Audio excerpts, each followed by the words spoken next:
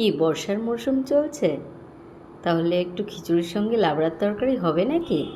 তো চলো তাহলে দেখা যাক লাবড়ার তরকারি বানানোর জন্য কি কি লাগছে। খুব সহজেই দেখানোর চেষ্টা করছি। এখানে নিয়েছি দেখো মিষ্টি কুমড়ো। অবশ্যই কুমড়োটা খুব ভালো হওয়া চাই। ছোট ছোট করে টুকরো টুকরো করে নিতে হবে। নিয়েছি কাঁকরোল, তবে যে কোনো সবজি সবাই ব্যবহার করতে পারো। একটা গাজর নিচ্ছি, গাজরটাকে ছুলে খুব ছোট ছোট করে কেটে নিতে হবে। গাজর দিলে কিন্তু লাবড়ার তরকারির রঙটা কিন্তু খুব সুন্দর আসে, অপূর্ব আসে। আমার তো ভীষণ ভালো লাগে। তো গাজরটাকে ওরকম পাতলা পাতলা করে কেটে নেবেন। নিয়েছি বড় সাইজের একটা মিষ্টি আলু। মিষ্টি আলুটা অবশ্যই দিতে হবে, কারণ তাহলে লাবড়ার তরকারিটা বেশ একটা মাখো মাখো ভাব হবে।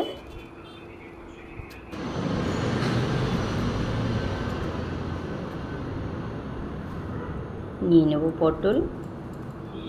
তো পটলগুলোকে মাঝখান থেকে চিড়ে দুফালি করে আবারও চিড়ে ছোটো করে নিয়েছি ডাঁটা। তো এখানে ডাঁটার কিন্তু শাকটাও ব্যবহার করব।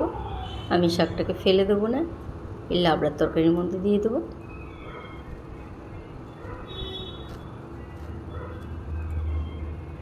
নিয়ে নিতে হবে বেগুন,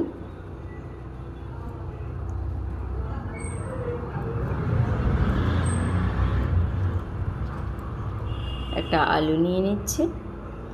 তো এবারে তেল গরম হয়ে গেলে কিছুটা বাদাম আমি ভেজে তুলে রাখবো। বাদামগুলো লালচে হয়ে গেলে তুলে নিতে হবে। আর কিছুটা তো সর্ষের তেল ফোড়ন দিয়ে শুকনো লঙ্কা দিয়ে দেবো 5 ফোড়ন। একে একে সবজিগুলো সমস্ত দিয়ে দেবো।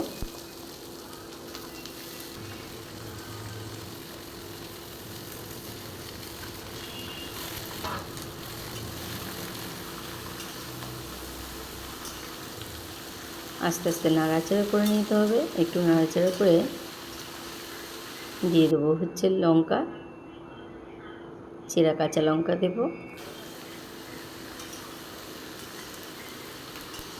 ওই লঙ্কার পরিমাণটা ঠিক যে যেমন পছন্দ করবে সেইভাবেই দেবে। দিয়ে দেবো পরিমাণ মতন লবণ, হলুদ।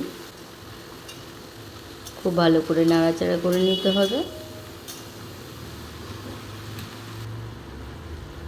এবারে কিছুটা টমেটো দিয়ে দিতে হবে। এখানে আমি 1.5 খানা মতন টমেটো ব্যবহার করেছি।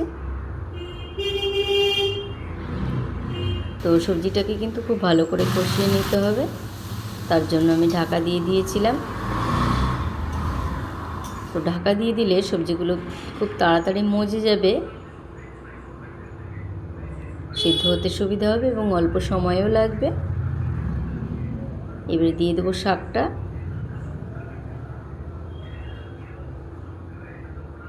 শাকটা দিয়ে ভালো করে মিশিয়ে নেওয়ার পরে আবারও কিছুক্ষণ আমি ঢাকনা দিয়ে রেখে দেব।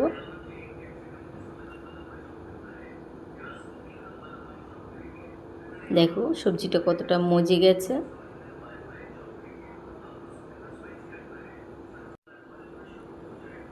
এখন পরিমাণ মতন জল ব্যবহার করব। এখানে প্রায় আমি 3 বাটির মতন জল ব্যবহার করছি। সবজিটা ভালো করে সেদ্ধ হতে হতে ফুটে উঠতে উঠতে ততক্ষণে আমি একটু নারকেল ফাটিয়ে নিলাম। একটু নারকেল দেবো, কারণ নারকেল দিলে কিন্তু খুব ভালো একটা টেস্ট আসবে।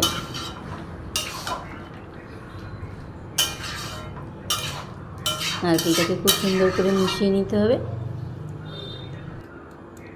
এই যে বাদামগুলো ভেজে তুলে রেখেছিলাম সেগুলোকে একটু আধ ভাঙা করে নিতে হবে। দিয়ে দিচ্ছি স্বাদের জন্য একটু চিনি ব্যবহার করছি। এইবারে বাদামগুলো দিয়ে খুব সুন্দর করে মিশিয়ে নেব। একটুখানি ভালো করে ঘাটা দিয়ে নিলে খুব ভালো মাখো মাখো হবে। তো লাবড়ার তরকারিটা একদম রেডি হয়ে গেছে। এর সঙ্গে একটু খিচুড়ি দিয়ে পরিবেশন করলে কিন্তু অপূর্ব টেস্ট লাগে। তবে লাবড়ার তরকারিটা কিন্তু দারুণ হয়েছিল। তো ভিডিওটা কেমন লাগলো, ভালো লাগলে অবশ্যই জানাবেন।